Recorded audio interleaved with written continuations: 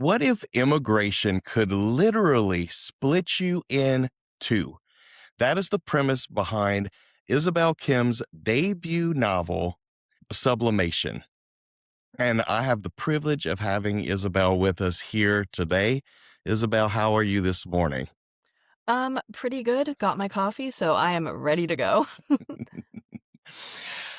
So this has been a pretty amazing ride for you. Give us that process because I know you didn't use this is your debut novel, but hmm this is not your beginning of your writing, correct? You've written hmm many short stories, award-winning short stories. Would you like to tell us a little bit about those? Yes, I have come to writing novels down a traditional route that most people don't follow anymore, and I cannot stress enough, don't write short stories unless you want to write short stories. Don't write them because you want a novel. But I was a short story fiction author before Sublimation, and I have won oh god, this is the part where I sound like I'm bragging a bunch. Nebula, Locust, Shirley Jackson, and the BSFA Award, and I've been nominated for the Sturgeon and the Hugo Award, and I'm up for another Hugo Award this year for my short fiction. So that's what I was doing when I was writing Sublimation, and Sublimation is based on the first short story that I wrote, like, literally, like, I think like 5 or 6 years ago, that I wanted to expand Mhm. into a novel. And basically the story of Sublimation is so I went science fiction viral on the internet a couple of years ago with my short story, Why Don't You Just Kill the Kid in the Omelas Hole, which that is probably the thing until now, I was best known for. And if you go short fiction viral, then a bunch of editors want to talk to you. And then my agent was like, Isabel, you're like mostly done with this book. I'm going to send this to everybody. And then we go to auction. It's like ends up being like a 6-house auction that we end up going with Tor. I get like this 3-book, 7-figure deal with Tor, which is, first of all, incredible. Second of all, it's all happening during the week of my birthday and the week of my agent's birthday. So just kind of like a crazy week overall. And then it gets optioned by Universal Studios before the book is even out. And now the book is coming out. So that's kind of how we got to here. Yes, what a great birthday week. Yeah, probably the most exciting birthday I will ever have in my life. Oh, absolutely. So 3-book deal, that's exciting. I actually had just read that this morning. Is it Mhm. all in the Sublimation Mm, universe? No, so it is for 3 standalones. So the one that I'm working on right now is the second novel in the 3 books, which is the only way I can describe it is the Backrooms meets Piranesi, and it is about a guy who is looking for his girlfriend who has taken way too long in the mall. Oh my gosh. Okay. Well, Tor, just letting you know, like I would love to read this early access, please. The back rooms is actually something that I just recently got introduced to, which I know it's hmm been around like an internet thing for a while. But with the book series, it's a an indie book series called Discount Dan. It's a lit hmm RPG. So that was my first introduction to that. But I'm also a huge Piranesi fan. I hmm love Piranesi. So you've got me hooked already. Nice. Let's talk a little bit about you. So you are an attorney, hmm an author, and a podcast host. Seem to be pretty busy. And now we're adding executive producer, correct? Correct, but big caveat. The big caveat is that mostly, so books and short stories and stuff like that just get optioned all of the time. And when Mhm. something gets optioned, that doesn't necessarily mean that it gets made. And that was something that I didn't know when I was starting this whole like journey. But it's also kind of like film is such a big project compared to making a book, and it is also just such a like a specifically it is a group project, and you need to get so many stakeholders on board, and so also that means that everything moves way slower. So I'm attached as an EP if the project gets made, but at the current stage, mostly what that means is that I look at like potential showrunners and like their spec scripts, and I give my opinion on that. So it has not been a ton of work. And full disclaimer, I did quit my job as an attorney, but if the book doesn't do well, I will be going back. I don't think you'll be going back. I love to have options. I'm always thinking about like the worst case Yes, scenario. And I'm like, all right, I absolutely. like, I was talking to my old boss, like, hey, if it goes badly, can you hire me again? And she was like, yeah, sure. And I was like, nice. All right, I'm set. I have already predicted this on my Instagram that Your short stories will not be your only award-winning work. Sublimation is so good and so groundbreaking that I'm predicting awards coming your way for this work as well. I mean, here's crossing my fingers. Yeah, Thank you, though. and I think it'll make a fantastic television series. Yeah, I'm hopeful that it eventually gets made, but it's also like I look at the graveyard of many books have been optioned Mhm. and have either not gone made or had an adaptation that didn't like super work. And I'm like, okay, I'm just Right. happy to be here. This is a cool process to be part of. This isn't the only thing that we're trying to pitch and like or have like set up. So it's like, all right, whatever happens, happens. Like it's an interesting experience. I wasn't expecting to be doing it. Oh, absolutely. So how does your attorney work as well as your podcast experience, Mhm. how does that has that affected your writing? Mm. Yeah, so I think the reason I went to law school was because I was really interested in systems that govern human behavior that are artificially Mm, constructed. And a lot of writing, like especially in science fiction and fantasy, is really the process of coming up with that system within which people interact. So like, setting up a magic system or setting up like here's this new future technology or here's this like dystopian government or here is like, like in sublimation, here's the thing that separates people from themselves when they cross a border and here's the technology that counteracts with that.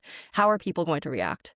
So I think from that it gives me a perspective on like creating these structures. Despite the fact that I quit, I wrote a lot of my fiction while I was at a law firm. So something I was very interested in is like workplace environments and also like the mm. dynamics of people doing high stakes projects together because I was the sort of attorney that does not go to the courtroom. I was the sort of attorney that sends emails and does deals. And when there is a lot of money on the line and when people are trying to make like this like deal of the lifetime, everyone starts to act insane. And like I probably shouldn't be saying that, but like it is kind of interesting to see how people feel about both their jobs and also how they feel about these like huge momentous events happening to their like both like professional and personal lives.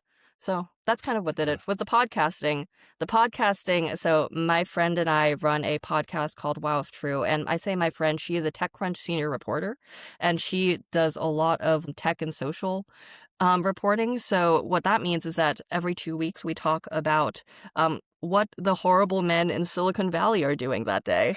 And so that has been really helpful for my science fiction because a lot of like near future science fiction is basically extrapolating on the way that current technological trends will accelerate or like the worst case scenarios when they do. And so it's kind of useful to be knowing like what I don't know like Brian Johnson is injecting into his body this week. It's so interesting, like, now when you explain these things, how evident it is in sublimation that you tackle a lot of these things. Mhm. Specifically, like, what does money do to your morality Mhm. whenever there's a big deal on the line and, "Hey, I can come out on top," but Mhm. what is that gonna do for everyone around me or Mhm. everyone in the world in this instance? Yeah. So there's one character, YJ, who's working for a big corporation, and basically his whole story, he is trapped in a corporate story when he is not the sort of person who would be well suited to a corporate story. So his experience working in one of those like big glass boxes in Manhattan is very much based on my own experience in that not so much that I had the difficult ethical questions to decide, but more just kind of like the feeling of I'm not sure what I'm doing in my job some of the time, but I'm being given more responsibility than I have been expecting, which is honestly kind of the way that junior attorneys are trained. So it's like Mhm. a lot of that and a lot of my experience, because a lot of my friends have startups or like are working for a startup. Like my partner works for like a late stage startup, and seeing the inside of how tech companies interact is very interesting and was very much something I was thinking about for the tech government plot toward the end of the novel. Another thing going with that specific scene that you're mentioning, without getting too much into spoilers, one of the big things you tackle as well is autonomy. Mm, And we see how someone's choices, even if they are trying to do the best for that person, could mhm, be taking their autonomy away. But mhm, on the flip side, we also see of while fighting for one's autonomy, they mhm. can very well take the autonomy away from someone else, which I think you handled just fantastically. Excellent. Yeah, that was really one of the core concepts of sublimation that I wanted to talk about is like who gets to decide how your life turns out? And Hmm. also, is it better to have more information, but now have like higher stakes and like might have like worse outcomes? Or is it better to be safe and not know what's going on and like, like stay within your bubble? Especially since like the core concept of sublimation is about like who gets to decide when you cross the border and like Mm. from the very micro scale of like if you are a kid and you are immigrating somewhere, do your parents decide that for you? Of course they do. You're like 7 years old and you're going wherever your parents are. And then that decision that they make of where you guys live, regardless of whether it's like in another country or like another city or anything like that, that shapes the rest of your life. To the I am now like an adult and now I'm now in a position of power to make that decision for a lot of other people because I am now in charge of deciding on I am now in the room with people who are deciding on the policy for like border Mm. control more generally and like wanting to talk about like the juxtaposition between doing what is right for what is right for you or like what is beneficial for you versus what you believe is ethically correct, but also how seductive doing something that would be personally beneficial might be rather than like globally beneficial, and also like what is globally beneficial anyway, which all sounds really Right. abstract, but it really comes down to these characters um like being influenced by their personal lives to make high stakes decisions, and occasionally Mm. I think they get there to the right place in the end, but it is I think opinions could differ. No, I think you're correct. Mhm, And I think you do it in such a great way that it it really makes you think about things that in your normal everyday life you may not think about. mhm, My wife and I have had great discussions on all of these issues just because we both read your book. mhm, So I'm very interested to see on a bigger scale the discussions that come from people just reading this and mhm. hopefully seeing it on the TV screen one day. Yeah, I'm so glad that you guys have been like having discussions after reading it because that was kind of my goal with the book is also to Mhm. like make people like think about these things, but also talk with the people in their lives about like so what would you have done, or like if I was in the Right. situation, how would I have acted? And we've had all of those conversations. I will say this: we have had more conversation based Mhm. on this book than any other book over the past 2 years. Oh wow, okay. Yes, and it's been great. And so, again, without getting into big spoilers, but what we face towards the end of the book is like it really would. This technology that they create would more than likely, let's be real, be used for more bad than good. Oh yeah, 100%.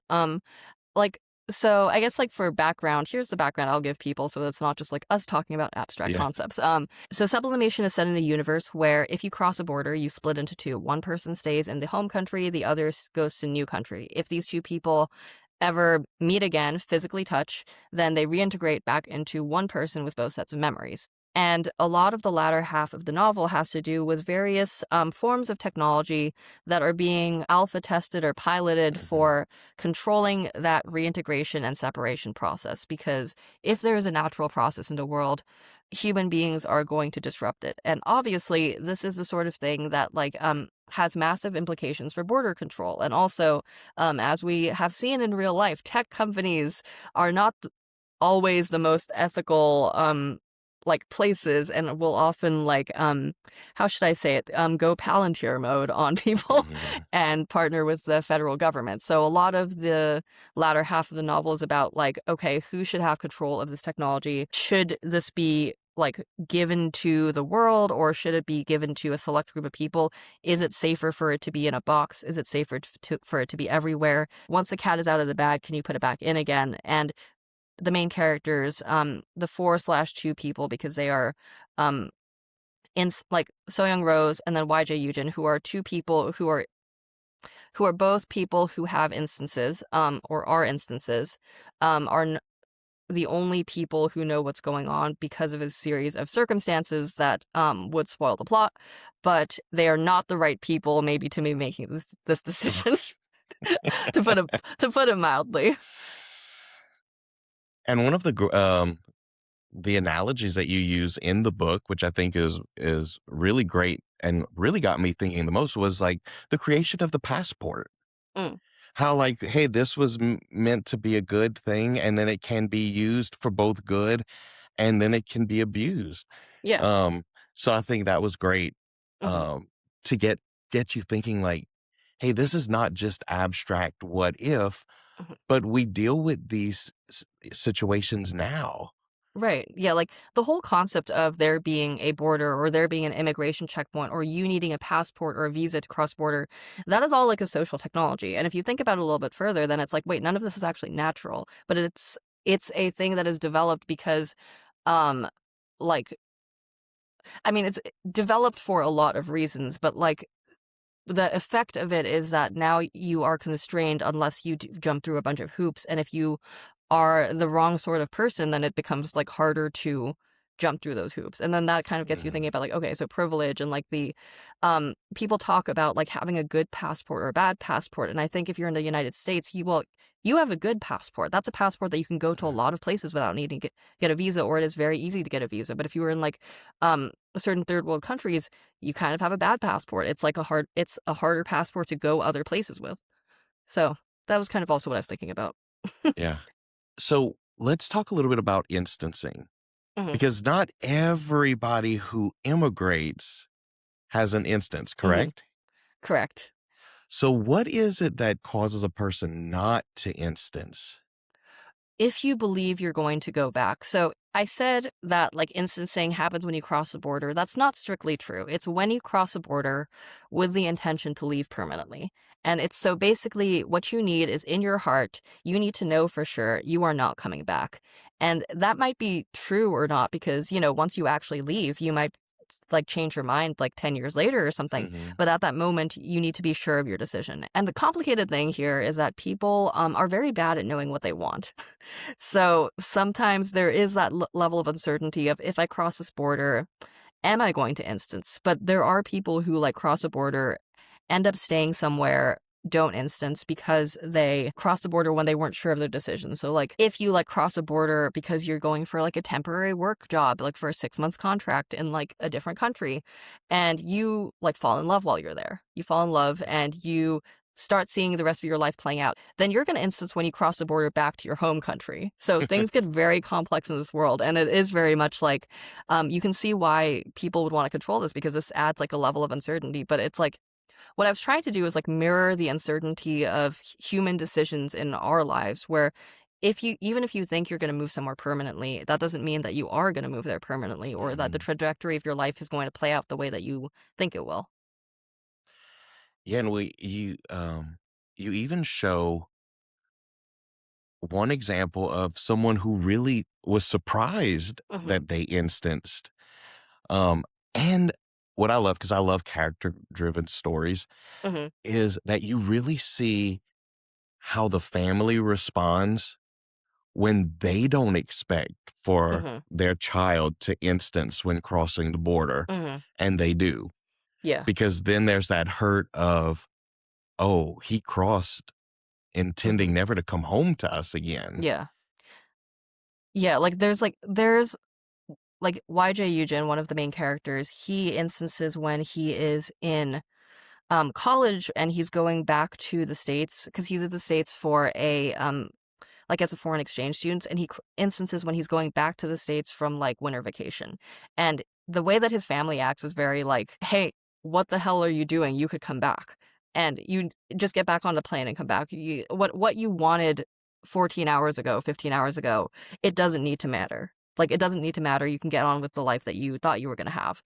Um, and he is very much like, no, because if I just do that, I will instance again. And also, like, that's not what I want. And then there is kind of the element of um, his family is hurt by it. And also, now he has to figure out, like, the logistics of living somewhere else, his family being back there, his other self being back there. And the other complicated thing is that, like, instancing they were one person before. They have the same Netflix password, they have the same Gmail account, they have the same, like, grades and class schedule, and, like, they didn't think they were gonna be 2 people, and that is kind of, like, an interesting logistical hurdle that many people in this universe need to deal with.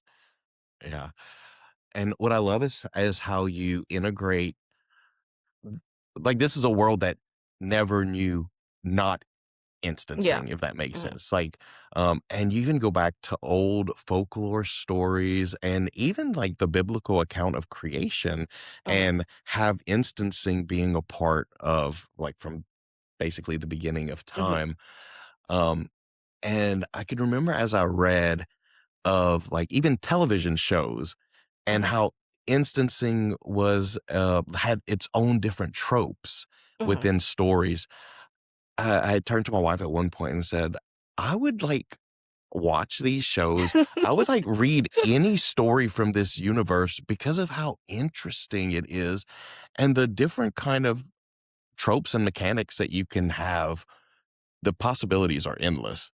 It's like the evil twin, like, soap opera thing, dialed up to 11. Like, that's how Yes. I feel like it is used in the media in their universe. But yeah, like, I wanted their universe, like, because this is essentially like a very slightly tilted alternate universe, Mhm.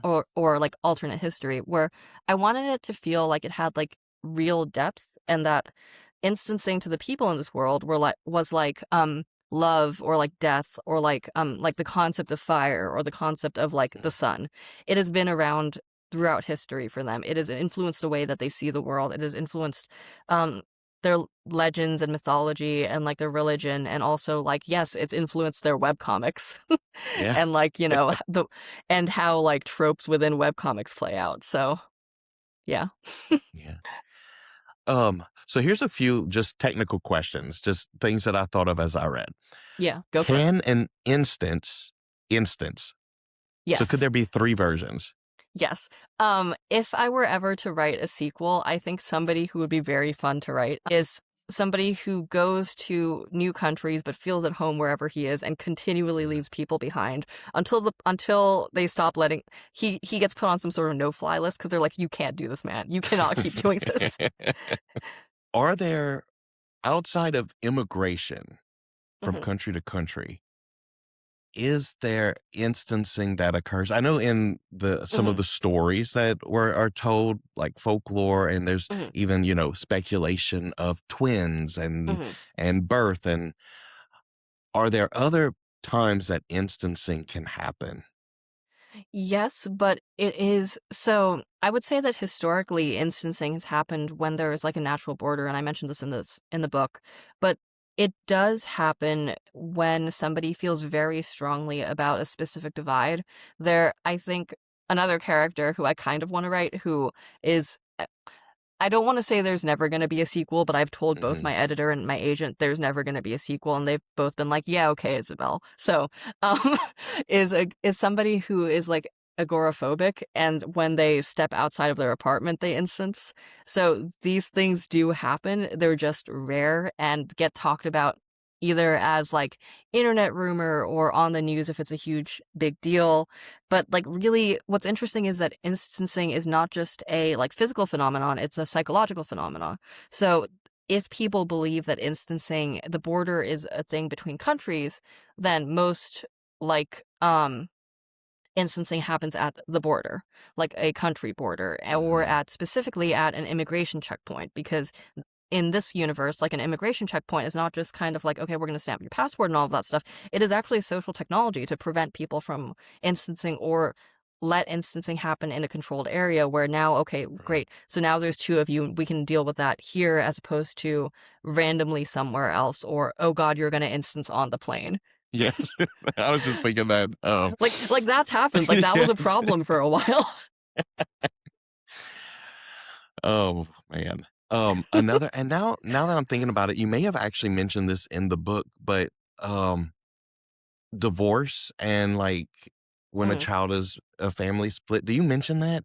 Or did I mentioned if a kid moves. I haven't mentioned divorce. I think it's less likely it happens um, when a divorce has happened or something like that, unless there's like a huge move in between. So, like, right. in general, if you're moving with children, it's becomes very dicey on what to tell them. But also, Mhm. if you're 3-year-old instances, it's easier to just put them back together and lie and just move Oh, on with your yeah. life if you didn't instance. So things get weird, things get complicated. There's more things for like parents to worry about, I guess. Right. Yeah. especially if your child instances and you don't realize that they Hmm. instance, then Yeah. that's, yeah. Wow. Lots of, and It's that's a what's worse so, it's a worse no world good. than ours. Yeah. Like Yeah. it is objectively a worse world than ours. And like it makes Wow. sense what that people would want to control it anyway. So yeah, you have tons of like room for growth in this world. Hmm. Like so many stories can be told. And I'm actually wondering if we're going to see some fan fiction happening within that world as well. I would love for people to. Okay, my greatest wish, my great not my greatest wish, my greatest wish is this book becomes a bestseller. Just kidding. But my second greatest wish is that this becomes a fan fiction trope that people do write fan fiction like the same way that people will write like Damon AUs from like his Dark Materials or stuff like that. Um, I just think that would be really fun. I can see it happening really because there is so much potential in this universe. And I'm hoping that you change your mind about writing more yourself in this universe. We shall see. I feel like like I've told everyone there's not going to be a sequel, but if I have a really good idea, there will be. And all I have right now are like random isolated concepts, like I've told you, because Hmm. I kind of feel like, it either needs to pivot to different characters or it needs to be a time skip because where we left the characters is a very strange place. But even a short story collection Hmm. of short stories from within that universe would be really cool as well. That would be way more doable. Maybe that's what I pitched to my editor. Because I would totally read so much more of that. So let's do some fun questions. Let's talk about Go for it. you and learn a little bit more about you. And I want to start in my interviews. You're gonna be my first person to do this with Hmm. is a shelf check. Okay. SHLF. So what's on your shelf? What are you streaming? What are you holding or reading?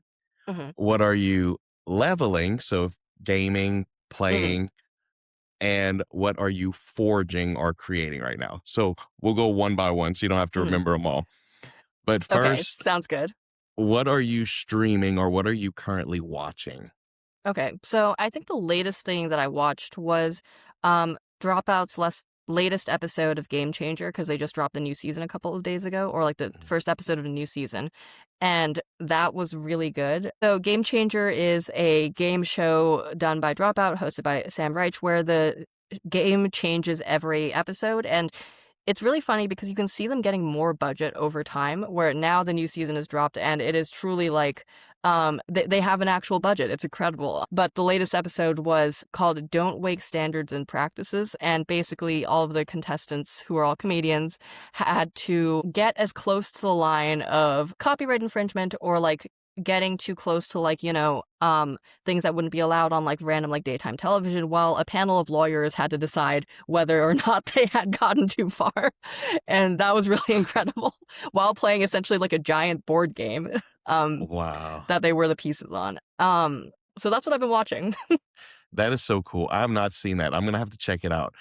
But my initial thought as you were describing this Mhm. is that if you enjoy this, you will love Dungeon Crawler Carl I know. I've because heard. I've heard the premise. It sounds incredible. But yes, yeah. every floor has completely different rules. Hmm. So yeah, when you do read it, like you're gonna have to touch base with me and let me know. Um, I I will message you and be like, okay, here are my thoughts. yes, because I'm like it has become like my identity. Like Hmm. I love it so much. All right, so second, what are you holding? What are you currently reading right now? Okay, so this is me looking at my Libby and also like the thing that I have all my arcs on. Okay, so two books that I'm reading. One that you can actually read right now, and one that is I want to say that's going to be out the week after mine. Is um So the one that's an arc, Kill All Wizards by Jedediah Barry, and I was reading an arc of it because I also got the arc for the sequel, and it is very much exactly what it sounds like. It is about a barbarian who is essentially, um, I would say, stuck in wizard high society because he is trying to solve a problem, and that problem it does involve killing wizards, and it is very it is like a I don't want to call it a parody because it's not exactly a parody, but it is in the vein of like sword and sorcery in like a way that feels very like almost Discworld in a fun way. Oh, Um and I'm also reading More Everything Forever by Adam Becker, which is basically a nonfiction book about the ways in which Silicon Valley are like obsessed with immortality and also the trajectory and AI and all of that stuff. So if you want a primer on what's going on there and like the weird cult and I shouldn't say cult like behavior, but like effective mhm. altruism and stuff like that, that's a really good like primer for here's what's going on in that, which is great for Cool. science fiction. So a sub question to that. So since you've Mhm. got quite a few arcs, what are you most besides Sublimation, of course, what are you most looking forward to releasing this year? Um, Probably the one that I told you about just because it Hmm. is, um how should I this is so lame. It's because I sent it to my D&D group because they would really like it, and I'm like, "Guys, you guys should read this book, and I wanna talk about it with you." Can I say something that's a new release that I got an arc of, but I have not finished the arc, and I need to pick up the actual book? Yeah. Because I'm in the middle of, like, a couple of I stopped reading this because it was taking more of my brain that I needed, and I needed that part of my brain to edit my novel, but I wanna pick it Hmm. back up, is What We Are Seeking by Cameron Reed, and it is just such Okay. an interesting world, and just it is really well-written science fiction, which is, yeah, I'm excited to have brain space to work on to read it when I'm not Nice. working on something else. This was a very rambly answer, sorry. Oh no, you're great. Um, a side note, I just played my first D&D one shot last weekend, Mhm. and I had the best time. It's so fun, isn't it? Yes, it is. I've played things like Baldur's Gate before Mhm, and Gloomhaven, which mhm. has some of the same mechanics, but this was like the first time I've ever played D&D, and I'm hooked already. It's truly one of those games that's like you get what you put in and you get what your Yeah. party puts in, and, I've been playing, like, various, like, tabletop games with a handful of my friends for, like, I wanna say, like, 5, 7 years, and, just a Mhm. good time. Yeah, we are a huge board gaming family, and Mhm. not like board games you can pick up at Walmart or Target. We this is actually the first Memorial Day weekend beside 2020 that my wife and I are not at Board Game Geek Con in Dallas. Mhm, We go every year. Um but this year is my year of book cons. mhm. I'm gonna be at 3 book cons this year. So it's like we'll we'll wait till next year. Fair. I mean, you could just alternate years, 1 year gaming, the other Right. books, and just do them on Right. and off. I know. So, which brings us the great segue into leveling. What are you currently playing right now? So, 2 things. I've been playing a ton of Slay the Spire 2's alpha. Yes, Um, me too. it's so good. It's like, okay, I've been playing me and my partner, we've been playing just e excessive amounts of it. And I was surprised by the level of polish for an alpha and how it feels like exactly like what I wanted, which is more Slay the Spire, but like a little bit different. Hmm. So that it feels like new, like it feels fresh, but it does feel like I learned things from Slay the Spire 1 that I can apply to Slay the Spire 2. Yeah. What is your favorite character? Ooh, okay, so vibes wise, I like the Regent. Like, I just Uh-huh. think he's a really fun addition because he's one guy that's like not trapped by the Spire and he's got kind of just I'm just dicking around and I'm just doing my best and like this is so interesting vibe. And he plays very interestingly, but I would say that I actually still like the Defect the most just because that was my Hmm. favorite character from Slay the Spire 1, and it's kind of like, "Oh, you're back, and you're a little bit different, and you Yes. mostly play the same, but I like the new glass orbs, and yeah, I don't know. Yeah. How about you?" I've been really enjoying the silent Mhm. and the slide cards, the addition of the slide The slide cards. cards are so good. Yeah. Yes. So I've been playing a lot of the silent. I need Mhm. to play a little more of the defect because I haven't been able to get um used to how he plays in 2 versus 1 with the Mhm. new orbs and everything. But Mhm. um yeah, it has taken up way too much of my time. Yeah. No, that's yeah, same. I will say that like I feel like this is silent. I usually play like a Shiv deck, and them nerfing Blade Dance was truly like, oh no, they've nerfed my boy. But then but building a slide deck is so fun because you just like you can just play everything in your hand if you get all of the cards right. Yeah, and with the Shiv build, there's that new card that and I don't remember what it's called, but it lets you play all of your exhausted Shivs. Yes, that one's so good. I Um, had one run where like I had 100 something mhm, Shivs in my exhaust pile, mhm. Oh and my that was god, crazy. that's so cool. That's so good. And now you had mentioned 2 games, and I kinda Yes. cut you Oh, off because I got so excited about Slay the Spire 2. that's so valid of you. It's like I've been playing so much of it. But okay. Other game I've been playing that I just finished is Citizen Sleeper 2, which is if you like how should I say it? If you like sci-fi far future type of things where sci-fi far future not exactly space opera but more kind of like a Becky Chambers sort of thing but in Mhm. space. um it is a really good game, and I found the storyline pretty engaging, and I also found the like mechanics better than Citizen Sleeper 1, so the whole thing felt very much like correctly balanced in a way that meant that I knocked out the whole game in a week. Nice. And anything coming out game-wise that you're looking forward to? Oh god, I don't know if I should say that. So I think it's coming out today or it's coming out soon, but I'm very curious about Zero Parades, because of the Zaum, controversy. I don't know if I'm gonna pick it up, but I do want to Yeah. see if Zaum can still create a game without its, like, lead people there after the Mhm. lead people have been forced out. Yeah. So I wanna see how that goes. I'm very, very 50-50 on picking it up myself because of the whole situation around the studio, Right. but we'll see. I wanna see what happens because it's not like everyone else who's still it's not like everyone else who was just, like, a normal dev or a normal writer on it, like, left. Mhm. Mhm. Yeah. And then finally, what are you forging right now? What are you currently working on creatively? And that can be personal or that can be professional.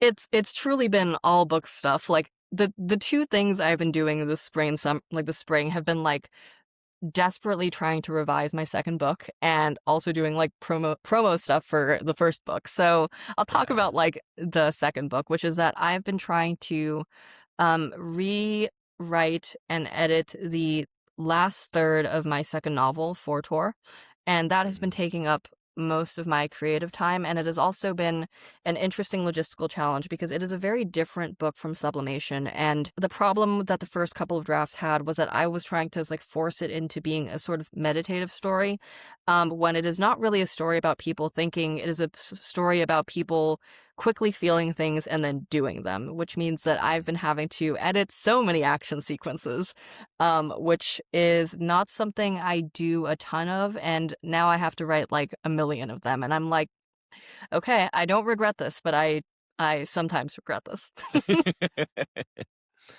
Well, I'm looking forward to honestly anything that you put out, and am determined to go back. I haven't read any of your short stories yet, but I will be going back and reading them for sure. Which is the short story that Sublimation came from? It is the short story Homecoming is just another word for the sublimation of the self. And it is the first thing Mhm. that I had published, and it is also it has a super long title because they let you do that for short fiction. They don't let you do that for books. Yeah. Oh, one more thing that I forgot to bring up earlier was Mhm, the use of second person in your book. mhm, Um, the only other book that I have read that was in second person, which surprisingly, I think it is, yeah, it's actually another Tor book. mhm, They must really like allowing their authors to write in second person. Was Daedalus is Dead? mm, I don't know if you've read that one, but it was just kind of a I haven't read it. retelling of, Okay. but I'm guessing of the Icarus myth based on correct. the Yeah, okay. Yes. And what was cool was talking to my wife after because when she got to the halfway point, I was starting. When I got to the Mhm, halfway point, she was finishing. mhm, So about halfway through is when I started realizing like there's a change from you mhm. to she. Yeah.